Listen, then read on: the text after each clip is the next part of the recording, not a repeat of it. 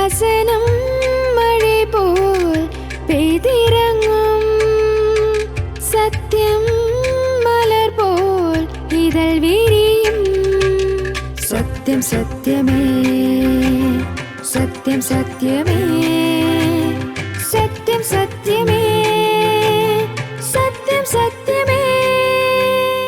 சத்தியம் சத்தியமே நேயர்களாகி உங்கள் யாவரையும் அன்பான இயேசு கிறிஸ்துவின் நாமத்தினாலே உங்களை வாழ்த்தி வரவேற்கிறோம். பொதுவாக இந்த உலகத்திலே மனிதர்களுக்கு இருக்கக்கூடிய ஒரு குணம் என்னவென்றால், என்னை மற்றவர்களோடு நீங்கள் ஒப்பிட வேண்டாம் என்று அவர்கள் எண்ணக்கூடியவர்களாக இருப்பார்கள். அது சிறு வயது பிள்ளைகளாக இருந்தாலும் சரி, அல்லது வளர்ந்த முதிர்ந்தவர்களாக இருந்தாலும் சரி, மற்றவர்களோடு ஒப்பிட்டு பேசும் பொழுது பொதுவாக மக்களுக்கு அது விரும்பத்தகாத ஒரு செயலாக இருக்கும். என்னை ஏன் மற்றவர்களோடு ஒப்பிட்டு பேசுகிறீர்கள்? என்னை யாரோடையும் நீங்கள் ஒப்பிட்டு பேசாதீங்க, நானாக இருக்க, எனக்கு விடுங்க அப்படின்னு சொல்லக்கூடிய ஒரு உலகத்தில் தான் நம்ம எல்லாருமே இருக்கிறோம். அப்போ இந்த உலகத்தில் நம்ம எல்லாரும் இதுபோல் நமக்குண்டான தனித்துவத்தோடு வாழணும்னு ஆசைப்படக்கூடிய நமக்கு இன்னும் அதிகமாக ஒரு முக்கியமான செய்தி தெரிந்திருக்க வேண்டியது அவசியமான ஒன்றாக இருக்குது. நம்ம எல்லாருடைய வாழ்க்கையிலையுமே நமக்குன்னு உண்டான தனித்துவத்தை போல நம்ம எல்லாரையும் படைத்த இறைவனுக்கும் சில தனித்துவங்கள் உண்டு. நம்ம எல்லாரையும் படைத்து ஆண்டு கொண்டு இருக்கக்கூடியதான அந்த கடவுளுக்கும் கூட அவருக்கே உண்டான சில குணாதிசயங்கள் உண்டு. அந்த குணாதிசயங்கள் எல்லாம் நாம் உற்று கவனிக்கும் பொழுது அது சில வேளையிலே நம்மிடத்திலும் கூட அதனுடைய ஒரு சிறிதான ஒரு பகுதிகளானது காணப்படக்கூடியதாக இருக்கும். பரிசுத்த வேதாகமத்திலே யாத்ராகமம் என்ற புஸ்தகம் உண்டு. அந்த யாத்ராகம புஸ்தகத்திலே இஸ்ரவேல் என்ற அந்த ஜனங்களை தேவனானவர் அவர் எகிப்தினுடைய அடிமைத்தனத்திலிருந்து அவர்களை மீட்டு கொண்டு செல்வார். இன்றைக்கு நமக்கு புரியும்படியாக நம்ம சொல்ல வேண்டும் என்றால், இந்த இந்திய தேசத்து மக்களை வேறொரு தேசத்தார்கள் சிறைபிடித்து வைத்திருக்கிறார்கள், அவர்களை அடிமைப்படுத்தியிருக்கிறார்கள் என்றால், இந்த இந்திய தேசமானது அவர்களை எப்படியாக மீட்டு கொள்ள வேண்டும் என்று பிரயாசப்படும். அது கடைக்கோடி சிறிதான ஒரு மீனவனாக இருந்தாலும் சரி, அல்லது இராணுவத்திலே அல்லது பதவியில் உயர்ந்த மனிதர்களாக இருந்தாலும் சரி, யாராக இருந்தாலும் அவர்களை மீட்டு கொண்டு வர வேண்டும். சில சமயத்திலே நாம் பார்ப்போம், இராணுவத்தினுடைய அதிகாரிகள் எதிரி நாட்டிற்குள்ளாக அவர்கள் சென்று அவர்கள் உளவு பார்க்கும் பொழுது அங்கே அவர்கள் கையும் களவுமாக சிக்கிக்கொள்வார்கள். அவர்களை எப்படியாவது இந்த தேசமானது மீட்டு கொள்ள வேண்டும் என்று அது அதிகமான பிரயாசங்கள் எடுக்கும். அப்படிப்பட்டதான விதத்திலே எகிப்து தேசத்திலே இந்த இஸ்ரவேல் ஜனங்கள் அவர்கள் அடிமைப்பட்டு கிடந்தார்கள். அவர்களை தேவன் அவர்களை மீட்டு கொண்டார். அவர்களை அந்த அடிமைத்தனத்திலிருந்து மீட்டு கொண்டு வந்தார். வந்ததற்கு பின்பதாக அவர்களிடத்திலே 10 கற்பனைகளை கொடுக்கிறார். 10 கற்பனைகளை அவர்களிடத்தில் கொடுக்கிறார். அந்த கற்பனைகளை நீங்கள் கை கொள்ள வேண்டும் என்று. அதில் உள்ளதான 2 கற்பனைகளை தான் இந்த நேரத்திலே உங்கள் மத்தியிலே நான் பேச விரும்புகிறேன். அந்த 2 கற்பனைகள் இஸ்ரவேல் மக்களுக்கு மட்டுமல்ல, நமக்கும் அது பொருந்தக்கூடியதான ஒரு கற்பனையாக தான் உண்டு. அதை நான் உங்களுக்கு தெளிவாக புரிந்து கொள்ள வேண்டும் என்பதற்காக வேதத்திலே நான் இப்படியாக வாசிக்கிறேன். நீங்கள் உற்று கவனித்து அதை கேளுங்கள். யாத்ராகம புஸ்தகம் 20வது அதிகாரத்தினுடைய துவக்கத்திலிருந்து நாம் அதை வாசிப்போம். தேவன் பேசி சொல்லிய சகல வார்த்தைகளும் ஆவன. உன்னை அடிமைத்தன வீடாகிய எகிப்து தேசத்திலிருந்து புறப்பட பண்ணின உன் தேவனாகிய கர்த்தர் நானே. என்னை அன்றி உனக்கு வேறே தேவர்கள் உண்டாயிருக்க வேண்டாம். மேலே வானத்திலும் கீழே பூமியிலும் பூமியின் கீழ் தண்ணீரிலும் உண்டாயிருக்கிறவைகளுக்கு ஒப்பான ஒரு சொரூபத்தையாகிலும் யாதொரு விக்கிரகத்தையாகிலும் நீ உனக்கு உண்டாக்க வேண்டாம். நீ அவைகளை நமஸ்கரிக்கவும் சேவிக்கவும் வேண்டாம். உன் தேவனாகிய கர்த்தராகிய நான் எரிச்சலுள்ள தேவனாயிருக்கிறேன். என்னை பயக்கிறவர்களை குறித்து பிதாக்களுடைய அக்கிரமத்தை பிள்ளைகளிடத்தில் 3ஆம் 4ஆம் தலைமுறை மட்டும் விசாரிக்கிறவராயிருக்கிறேன். என்னிடத்தில் அன்பு கூர்ந்து என் கற்பனைகளை கை கொள்ளுகிறவர்களுக்கோ 1000 தலைமுறை மட்டும் இரக்கம் செய்கிறவராய் இருக்கிறேன். இந்த வசனத்திலே நாம் வாசிக்கும் பொழுது தேவனானவர் கொடுத்த 2 கற்பனைகளை இங்கே நாம் வாசிக்க முடிந்தது. முதலாவது கற்பனை என்னவென்று நாம் பார்க்கும் பொழுது, என்னை அன்றி உனக்கு வேறே தேவர்கள் உண்டாயிருக்க வேண்டாம் என்று சொல்கிறார். நாம் நன்கு அறிந்து கொள்ள வேண்டிய மிக முக்கியமான முதலாவது சத்தியமும் கூட இந்த ஒரு சத்தியம்தான். தேவன் ஒருவரே. நம்ம எல்லாரையும் படைத்த கடவுள் ஒரே கடவுள். உங்களையும் என்னையும் இந்த உலகத்திலே, இந்த அண்ட சராசரத்திலே நம்மை படைத்த உருவாக்கின அன்புள்ள கடவுள் ஒருவர் மட்டுமே என்பதை நாம் புரிந்து கொள்ள வேண்டும். உலகத்தில் அநேக மார்க்கங்கள் உண்டு, அநேக விதமான வழிபாட்டு முறைகள் உண்டு. ஆனால் வேதத்திலே தெளிவாக சொல்லுகிறது, நம்மை எல்லாரையும் படைத்த கடவுள் ஒரே கடவுள். இந்தியாவினுடைய ஒரு சிறப்பாக நாம் சொல்லும் பொழுது யூனிட்டி இன் டைவர்சிட்டி என்று சொல்லுவார்கள். அதாவது பல்வேறுபட்ட ரீதியிலே நாம் பிரிந்திருந்தாலும், மொழிகள் ரீதியிலே நாம் பிரிந்திருக்கிறோம், கலாச்சார ரீதியிலே நாம் பிரிந்திருக்கிறோம், நம்முடைய பழக்க வழக்கங்களின் அடிப்படையில் பிரிந்திருக்கிறோம். அநேக பிரிவுகள் காணப்பட்டாலும் அவை எல்லாவற்றை தாண்டி நாம் இந்தியர்கள் என்ற ஒரே உணர்விற்குள்ளாக இருக்கிறோம் என்று நாம் சொல்ல முடியும். அதுபோலதான் இங்கே நாம் வாசிக்கிறோம், தேவன்கள் அநேகர் கிடையாது, ஒரே ஒரு தேவன்தான். மனிதர்கள் அநேகராக பிரிந்திருக்கிறார்கள். மனிதர்கள் அநேக ரீதியிலே அவர்கள் பிரிந்து காணப்பட்டாலும் கூட நாம் அறிந்து கொள்ள வேண்டிய மிக முக்கியமான ஒரு காரியம் என்னவென்றால், நம்ம எல்லாரையும் உண்டாக்கின தேவன் ஒரே தேவனாயிருக்கிறார்.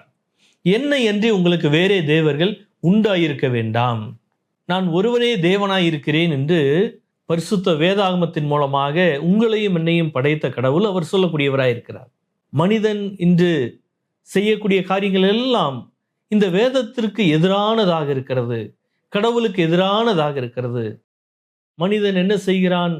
தன்னைத்தானே தேவன் என்று சொல்லிக் கொள்ளக்கூடியதான ஒரு நிலையிலே இன்று மனிதர்கள் காணப்படுகிறார்கள். நானே தேவன், நான் தான் கடவுள் என்று சொல்லக்கூடிய நிலையிலே காணப்படுகிறார்கள். ஆனால் உண்மையான சத்தியம் என்ன? உங்களையும் என்னையும் படைத்த தேவன் அவர் ஒரே தேவனாயிருக்கிறார். அந்த ஒரே தேவன் உங்களையும் என்னையும் அவர் நேசிக்கக்கூடியவராயிருக்கிறார். உங்களையும் என்னையும் அவர் வழிநடத்தக்கூடியவராயிருக்கிறார். உங்களையும் என்னையும் அவர் பாதுகாக்கக்கூடியவராயிருக்கிறார். எனவே நாம் புரிந்து கொள்ள வேண்டிய ஒரு மிக முக்கியமான சத்தியம் என்னவென்றால், நம்மை உண்டாக்கின தேவன் நம்மை அடிமைத்தனத்திலிருந்து அவர் மீட்டுவிடக்கூடியதான ஒரு தேவனாய் இருக்கிறார் என்பதை நாம் புரிந்து கொள்ள வேண்டும். இங்கே அந்த இஸ்ரவேல் ஜனங்களுக்கு அவர் சொல்கிறார், எகிப்தினுடைய அடிமைத்தனத்திலிருந்து உன்னை மீட்டு கொண்டு வந்தேன் என்று. ஆனால் இந்த நாட்களிலே நாம் சொல்லும் பொழுது நமக்கு எந்த விதமான அடிமைத்தனமும் கிடையாது. ஆனால் மனிதன் ஒரே ஒரு காரியத்திற்கு அடிமைப்பட்டவனாய் காணப்படுகிறான். சரீர ரீதியாக எந்த விதமான அடிமைத்தனமும் கிடையாது. எந்த நாட்டினரும் நம்மை கொண்டு சென்று அவர்கள் அடிமைகளாக, கொத்தடிமைகளாக நம்மை வைத்துக் கொள்வது கிடையாது. ஆனால் மனிதன் தனக்குள்ளாகவே அவன் அடிமைப்பட்டவனாய் காணப்படுகிறான். எதற்கென்று பார்க்கும் பொழுது மனிதன் தன்னுடைய குற்றங்களுக்கு அவன் அடிமைப்பட்டவனாய் காணப்படுகிறான், அல்லது பாவங்களுக்கு அவன் அடிமைப்பட்டவனாய் காணப்படுகிறான், தன்னுடைய மீறுதல்களுக்கு அவன் அடிமைப்பட்டவனாய் காணப்படுகிறான். மனிதனை கடவுள் எதை செய்யக்கூடாது என்று சொல்லுகிறாரோ அதையே முதலாவது அவன் செய்யக்கூடியவனாய் இருக்கிறான். கடவுள் விரும்புகிறதை மனிதன் செய்யாதவனாக, கடவுள் விரும்பாத காரியங்களையே மனிதன் தினந்தோறும் செய்து கொண்டிருக்கிறான். எனவே அப்படிப்பட்டதான அடிமைத்தனத்திலிருந்து நம்மை மீட்டு விடுவதற்கு ஒரே ஒரு தேவன் தான் உண்டு என்பதை நாம் மறந்து போகக்கூடாது. இந்த உலகத்திலே மனுகுலத்தினுடைய எல்லா பாவங்களையும், மனிதனுடைய எல்லா விதமான குற்றங்களையும் அதை சுமந்து தீர்ப்பதற்கும், அதை மன்னிப்பதற்கும், அந்த பாவங்களை எல்லாம் தண்டிப்பதற்கும் ஒரே ஒரு தேவன் உண்டு. அந்த தேவன் யார் என்றால், இந்த உலகத்தை படைத்து உங்களையும் என்னையும் ஆண்டு கொண்டிருக்கக்கூடியதான இந்த பரிசுத்த வேதாகமத்தின் தேவனாய் இருக்கிறார். இந்த தேவனானவர் இன்றும் அவர் ஜீவனோடு இருக்கக்கூடியவராய் இருக்கிறார். மனிதர்களுடைய பாஷையிலே அல்லது நமக்கு புரிந்து கொள்ளக்கூடிய ஒரு பாஷையிலே நாம் சொல்லும் பொழுது, அந்த தேவன் இன்றும் அவர் சொர்க்கத்திலே அவர் வாசம் செய்யக்கூடியவராய் இருக்கிறார். பரலோகத்திலே அவர் வாசம் செய்து கொண்டிருக்கிறார். அந்த பரிசுத்தமுள்ள தேவன், அந்த ஒரே தேவன் உங்களுடைய என்னுடைய வாழ்க்கையில் உண்டான அடிமைத்தனத்திலிருந்து அவர் மீட்டுவிட அவர் வல்லவராய் இருக்கிறார் என்பதை நாம் புரிந்து கொள்ள வேண்டும். அநேக மக்களுடைய வாழ்க்கையினுடைய பிரச்சனைகள் இந்த ஒரு காரியமாய் தான் இருக்கிறது. என்னை அடிமைத்தனத்திலிருந்து மீட்டு விடுவதற்கு யார் உண்டு? அது சிறிய சிறிய பாவங்களாக இருந்தாலும் சரி, சிறிய சிறிய குற்றங்களாக இருந்தாலும் சரி, அல்லது பெரிதான பாவங்களாக இருந்தாலும் சரி, மனிதர்களுடைய பார்வையில்தான் சிறிது பெரிது என்று சொல்லிக் கொள்கிறோம்.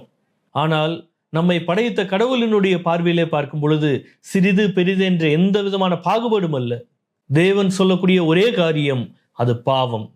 அது சிறிதான பொய்யாக இருந்தாலும் சரி, அல்லது பெரிதான ஒரு கொலை குற்றமாகவோ, அல்லது விபச்சாரமாகவோ, அல்லது வேசித்தனமாகவோ, மற்ற எந்த காரியங்களாக இருந்தாலும் சரி, தேவன் எல்லாவற்றையும் பாவம் என்ற ஒரே தட்டிலே அவர் பார்க்கிறார். மனிதன்தான் இது சிறிய பாவம், இது பெரிய பாவம் என்று அவன் தன்னுடைய வசதிக்காக அவன் பிரித்து கொள்ளக்கூடியவனாய் இருக்கிறான். அது ஒரு சாக்கு போக்காக மனிதன் பயன்படுத்திக் கொள்கிறான். ஆனால் தேவன் என்ன சொல்லுகிறார்? அவர் பரிசுத்தராய் இருக்கிறார். அவர் சொல்லும் பொழுது மனிதனை எந்த விதமான பாகுபாடுகளும் இன்றி அவர் மீட்டுக் கொள்ளக்கூடியவராய் இருக்கிறார். சிறிய பாவத்திலிருந்து, மனிதனுடைய புரிதலுக்கு சொல்ல வேண்டும் என்றால், சிறிய பாவங்களிலிருந்தும் அவர்தான் மீட்டுக் கொள்ளக்கூடியவராய் இருக்கிறார். பெரிதான பாவங்களிலிருந்தும் அவனை மீட்டுக் கொள்ளக்கூடியவர் அவர்தான். அப்படிப்பட்டதான அடிமைத்தனத்திலிருந்து மனிதனை தேவன் அவர் மீட்டு விடக்கூடியதான ஒரு தேவனாயிருக்கிறார். அவனை காப்பாற்றக்கூடியதான ஒரு தேவனாயிருக்கிறார். அவனை இன்னும் அதிகமாக தன்னிடமாய் சேர்த்து கொள்ளக்கூடியதான ஒரே தேவனாயிருக்கிறார். இந்த பரிசுத்த வேதாகமும் சொல்லக்கூடிய அந்த தேவன் உங்களுக்காக, எனக்காக இந்த பூமியிலே மனிதனாக பிறந்து அவர் 33 வருட காலம் அவர் பரிசுத்தராய் வாழ்ந்தார்.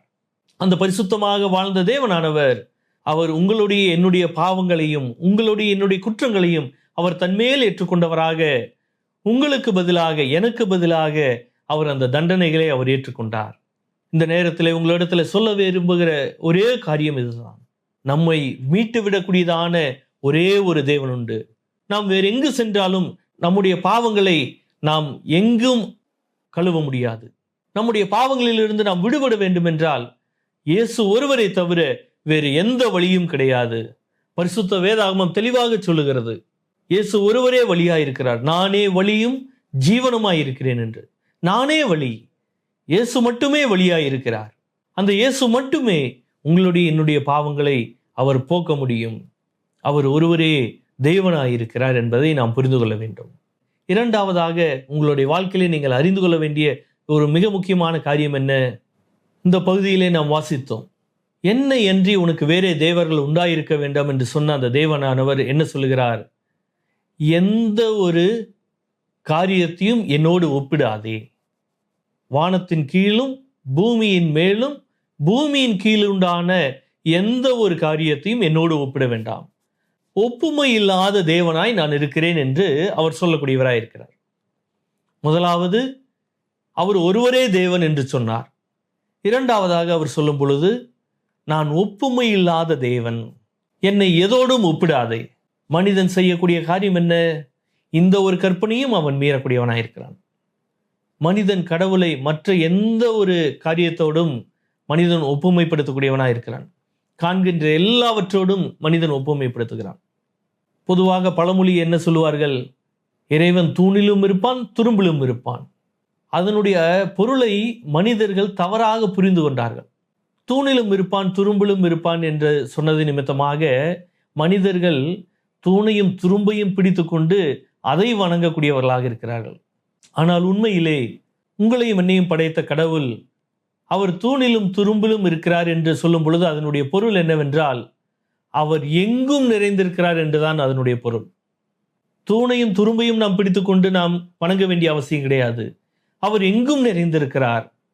இன்னும் பரிசுத்த வேதாகமத்திலே தெளிவாக சொல்லும் பொழுது, நான் உங்கள் மத்தியிலே வாசம் செய்கிறவனாய் இருக்கிறேன் என்று அவர் சொல்கிறார். 1 கொரிந்தியர் என்ற புஸ்தகத்திலே அவர் சொல்லும் பொழுது, நீங்களே தேவனுடைய ஆலயமாய் இருக்கிறீர்கள் என்று அவர் சொல்கிறார். இறைவன் வாழக்கூடியது எங்கு என்றால், இன்று நம்முடைய உள்ளத்திற்குள்ளாக அவர் வாழக்கூடியவராய் இருக்கிறார். உங்களுடைய என்னுடைய இருதயத்திற்குள்ளாக அவர் வாசம் செய்யக்கூடியவராய் இருக்கிறார். இறைவனை நாம் எங்கும் சென்று நாம் கண்டடைய வேண்டிய அவசியம் இல்லை. நாம் இருக்கக்கூடிய இடத்திலே நம்முடைய உள்ளங்களுக்குள்ளாக வாசம் செய்யக்கூடியவராய் இருக்கிறார். ஆனால் மனிதன் செய்து கொண்டிருக்கக்கூடிய காரியம் என்ன? இறைவனை தேடி அவன் அலைந்து கொண்டே இருக்கிறான். இது இந்த மார்க்கம்தான், அந்த மார்க்கம்தான் என்று இல்லை. எல்லா மார்க்கத்திலும் மனிதர்கள் இறைவனை தேடிக்கொண்டிருக்கிறார்கள். ஆனால் அவர்கள் அறிய வேண்டிய உண்மையான ஒரு சத்தியம் என்னவென்றால், உங்களையும் என்னையும் தேடி வந்த ஒரு தேவன் உண்டு. அது ஒப்புமை இல்லாத ஒரு தேவனாய் இருக்கிறார். அவரோடு யாரையும் நாம் ஒப்பிட்டு பார்க்க முடியாது. அவ்வளவு அருமையான ஒரு தேவன் இருக்கிறார். அவ்வளவு அன்புள்ள ஒரு தேவன் இருக்கிறார். அவ்வளவு பாசமுள்ள ஒரு தேவன் இருக்கிறார். உங்களுடைய என்னுடைய வாழ்க்கையிலே இந்த ஒரு தேவனை நாம் அறிந்து கொள்ள வேண்டும். இங்கே இந்த வசனத்திலே நாம் தெளிவாக வாசிக்கிறோம். கீழே பூமியிலும் பூமியின் கீழ் தண்ணீரிலும் உண்டாயிருக்கிறவைகளுக்கு ஒப்பான ஒரு சொரூபத்தையாகிலும் யாதொரு விக்கிரகத்தையாகிலும் நீ எனக்கு உண்டாக்க வேண்டாம்.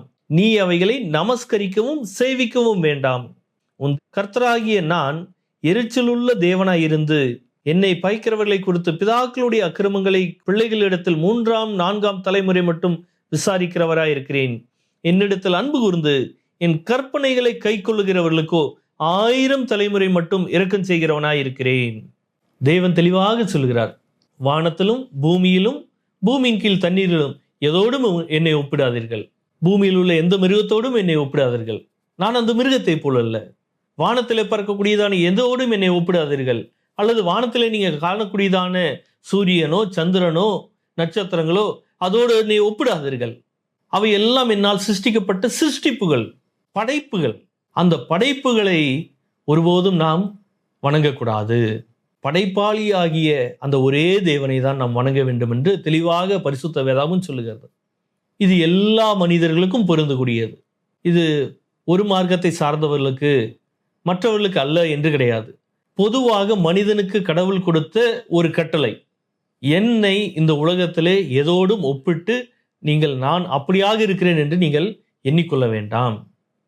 நீங்கள் நினைக்கிறது போல எதோடும் என்னை ஒப்பிடப்படுத்த முடியாது. அதற்கெல்லாம் அப்பாற்பட்ட ஒரு தேவனாய் நான் இருக்கிறேன் என்று தேவன் சொல்லக்கூடியவராய் இருக்கிறார். அதை சொல்வதோடு மட்டுமல்ல, இங்கே தேவன் இன்னொரு காரியத்தையும் சொல்லுகிறார். அப்படி நீங்கள் இதை மீறுவீர்களானால் 3ஆம் 4ஆம் தலைமுறை மட்டும் நான் அதை விசாரிப்பேன். அதை குறித்ததான கணக்கு நான் கேட்பேன். ஏன் என்னை ஒப்பிட்டீர்கள் என்று உங்களுடைய பேரப்பிள்ளைகள், கொள்ளு பேத்திகள் அப்படி 3ஆம் 4ஆம் தலைமுறை மட்டும் நான் விசாரிப்பேன். ஆனால் நீங்கள் கீழ்ப்படிவீர்களானால், இந்த தேவனை யாரோடும் ஒப்பிடாமல் நீங்கள் காணப்படுவீர்களானால், எந்த ஒரு சிருஷ்டிப்புகளோடும் நீங்கள் ஒப்பிடாமல் காணப்படுவீர்களானால், இந்த தேவன் ஒருவரே தேவன், இவர் யாருக்கும் ஒப்பிடப்பட முடியாத ஒரு தேவனாய் இருக்கிறார் என்பதை புரிந்து கொண்டு மனதார விசுவாசித்து நம்பி அவரிடத்திலே உங்களுடைய வாழ்க்கையை ஒப்பு கொடுத்து அவரை மட்டுமே நீங்கள் செவிப்பீர்களானால், தேவன் என்ன சொல்லுகிறார்? 1000 தலைமுறை மட்டும் உங்களை நான் ஆசீர்வதிப்பேன். இது எவ்வளவு விருதான ஒரு ஆச்சரியமான ஒரு காரியம். நீங்கள் ஒருவேளை இந்த தேவனை நீங்கள் எதோடு ஒப்பிட்டீர்கள் என்றால் 3ஆம் தலைமுறை மட்டும்தான் உங்களை விசாரிப்பார். 3ஆம் 4ஆம் தலைமுறை மட்டும்தான்.